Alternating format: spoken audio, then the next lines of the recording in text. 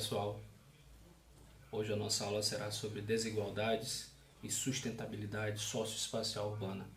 Fiquem atentos, fiquem ligados. Eu estou aqui observando cada um de vocês. O nosso tema é desigualdade e sustentabilidade socioespacial urbana.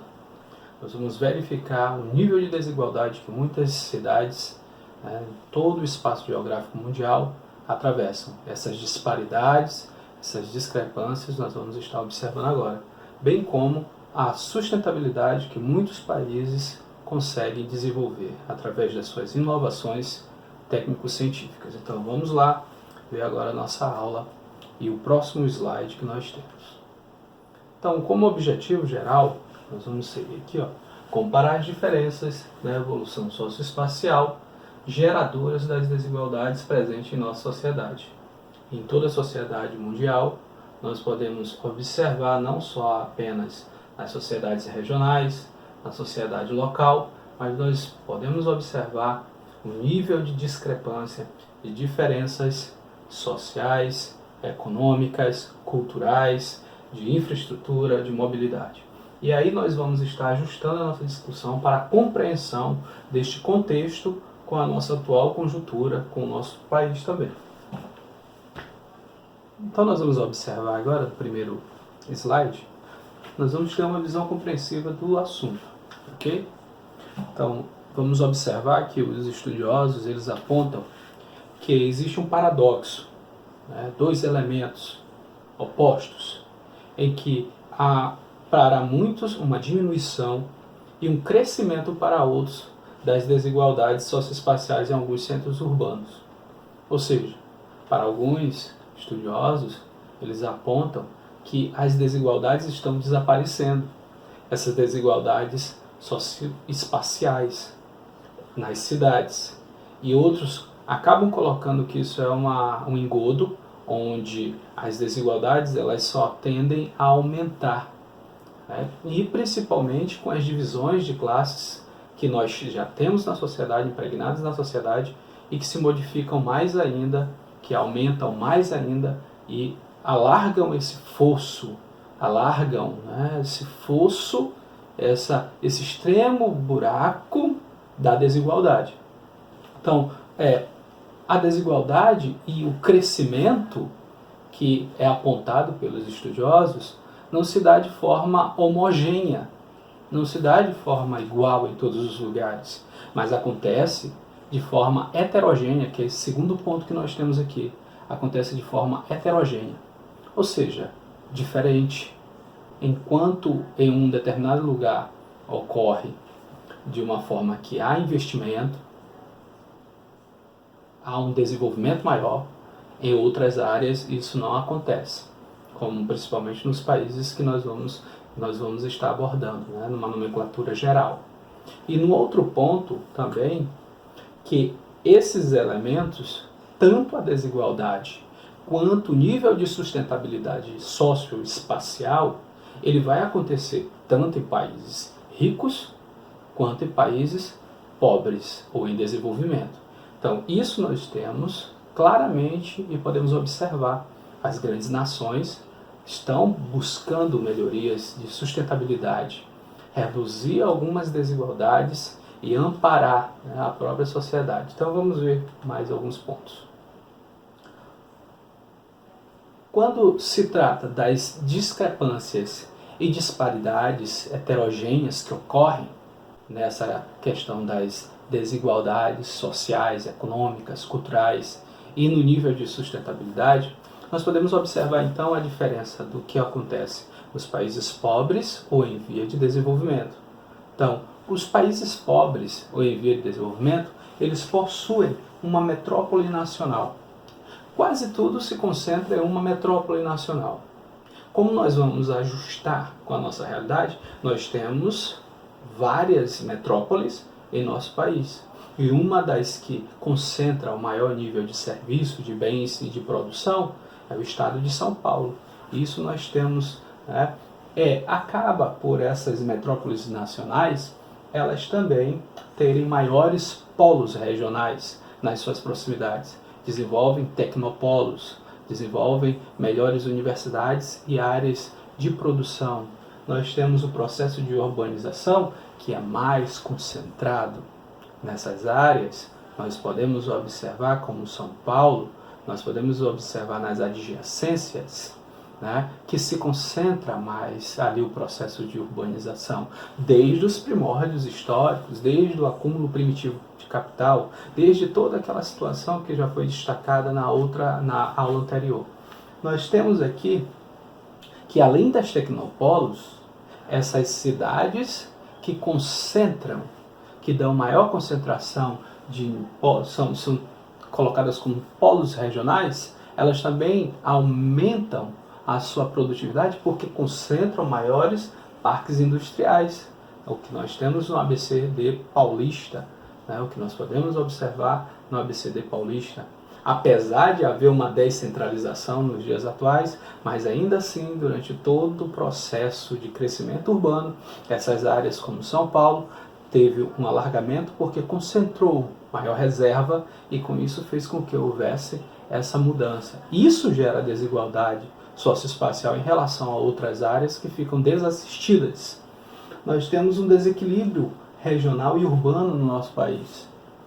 Nós vamos tratar sobre a questão do nosso país porque nós temos esse desequilíbrio regional. Nós temos áreas que, por exemplo, no próprio estado do Maranhão, são mais desenvolvimentos, não chegam. E se nós tocarmos no assunto nos países subdesenvolvidos, nos países pobres, na realidade não existe mais a nomenclatura subdesenvolvido, então nos países pobres nós vamos observar que há essa discrepância, essa singularidade, onde a heterogeneidade ela é marcada, ela é gritante, ela é forte. Próximo slide. Nós temos, então, nesse paradoxo que nós colocamos no primeiro ponto, né, na nossa visão principal, nós temos os países ricos, os países desenvolvidos, e nós temos todos esses pontos para fazer um paralelo, para fazer uma aferição, uma comparação com os países pobres ou em desenvolvimento. Primeiramente, nós temos atividades em diversas cidades. Eles não concentram tanto, eles não vão concentrar em apenas uma cidade toda a sua produção, todas as atividades econômicas dos setores econômicos, seja o setor primário, setor secundário, setor terciário, não. Eles vão estar desconcentrando, não vai acontecer de forma heterogênea, mas de forma homogênea, igual, podendo acontecer de forma igual. Então nós vamos ter, não existe uma monopolização de atividades, não existe essa concentração, ninguém vai deter o poder apenas uma cidade, concentrando todas as outras, como todos os tipos de serviço, todos os tipos de bens de produção, todos os parques industriais, as tecnopolos, não. Vai haver uma desconcentração, o que pode fazer com que todos cresçam e se desenvolvam juntos. Então nós temos um exemplo que são justamente os Estados Unidos. Os Estados Unidos mantêm essa divisão da produção por lugares, por estados. Em todo o país é compartilhado dessa forma. Então nós temos uma rede urbana desconcentrada, isso faz com que haja menor êxodo rural, as pessoas acabam percebendo que a área onde eles estão é assistida pelo Estado, há uma possibilidade de se desenvolver e acabam deixando de sair daquela área para poder se concentrar nos grandes núcleos urbanos. Diferentes momentos da história e marcas contraditórias nos aspectos econômicos e sociais. Isso é bem vigente nos países desenvolvidos, né? Em diferentes momentos, eles chegam a níveis mais acelerados e a níveis menos acelerados de desenvolvimento e de desigualdades também. Buscando sempre tentar, nesses países, igualar a todos. O país. Tá? Digo isso em relação ao país, né? Então, o Brasil apresenta contrastes totalmente alarmantes, gritantes. Se nós observarmos 5 regiões do país, nós temos nas 5 regiões, mesmo aquela que concentra, que é São Paulo, mesmo aquela região sudeste, que eu tenho o estado de São Paulo, que concentra todos os elementos que eu acabei de falar, os parques industriais, tecnopolos, grandes universidades, grandes centros culturais, apresenta municípios, cidades que possuem desigualdades alarmantes e gritantes, e principalmente no que tange às questões econômicas. Sobre a sustentabilidade, o que busca então em diversos países e algumas regiões do nosso país? Buscam uma vida urbana, né? Uma vida urbana melhor devido ao intenso consumo, o consumo de energia, o consumo de recursos naturais é intenso nesses países, em todos os países do mundo. Então, qual é a palavra de ordem? É a sustentabilidade. A sustentabilidade ambiental, a sustentabilidade do espaço, a sustentabilidade das pessoas, a sustentabilidade e a consciência, essa consciência ambiental. Então, nós vamos ter isso, que na realidade, a necessidade de se criar políticas públicas, porque é através da política pública que pode alcançar a todas as pessoas, políticas sustentáveis do ambiente. As políticas públicas necessárias que vão desencadear diferentes experiências inovadoras. Nós temos no sul do país diversas cidades sustentáveis. Eu vou apresentar para vocês um vídeo que trata sobre isso, que vai mostrar claramente essas cidades sustentáveis. O meio ambiente é de todos nós, então as cidades elas devem seguir o nível de sustentabilidade socioespacial para todos, para as futuras gerações, assim como está preconizado na nossa Constituição.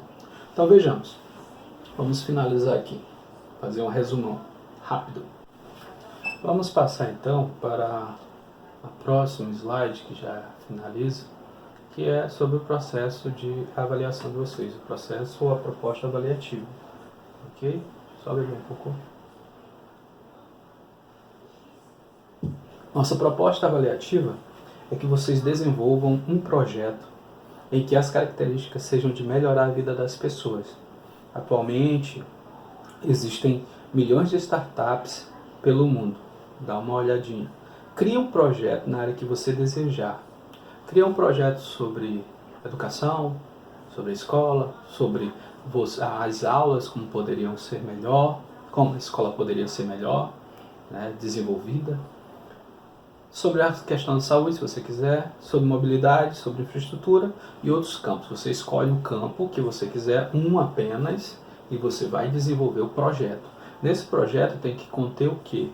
O projeto tem que conter um nome, características principais do projeto, público-alvo. Se for um produto que você vai desenvolver para melhorar a vida, você vai ter que desenhar esse protótipo desse produto, descrever a utilidade desse projeto, o nível de alcance desse projeto, se é local, mundial, global, regional, e você poderá pesquisar alguns templates, tá? Alguns modelos de projeto e desenvolver e criar o seu, ok? Para isso você vai enviar para a coordenação depois a atividade, com uma semana, né? Então, estou disponibilizando essa semana, na próxima semana eu já quero, e para a coordenação, para os líderes do trabalho, e esperar algo que eu vou enviar para vocês também. Possivelmente eu vou estar enviando um código para vocês, pelos líderes, e os líderes, eu vou um código para que vocês possam acessar e eu explicarei melhor lá, tá ok? Então nossa aula foi essa, aprendendo em casa, aprendendo virtualmente.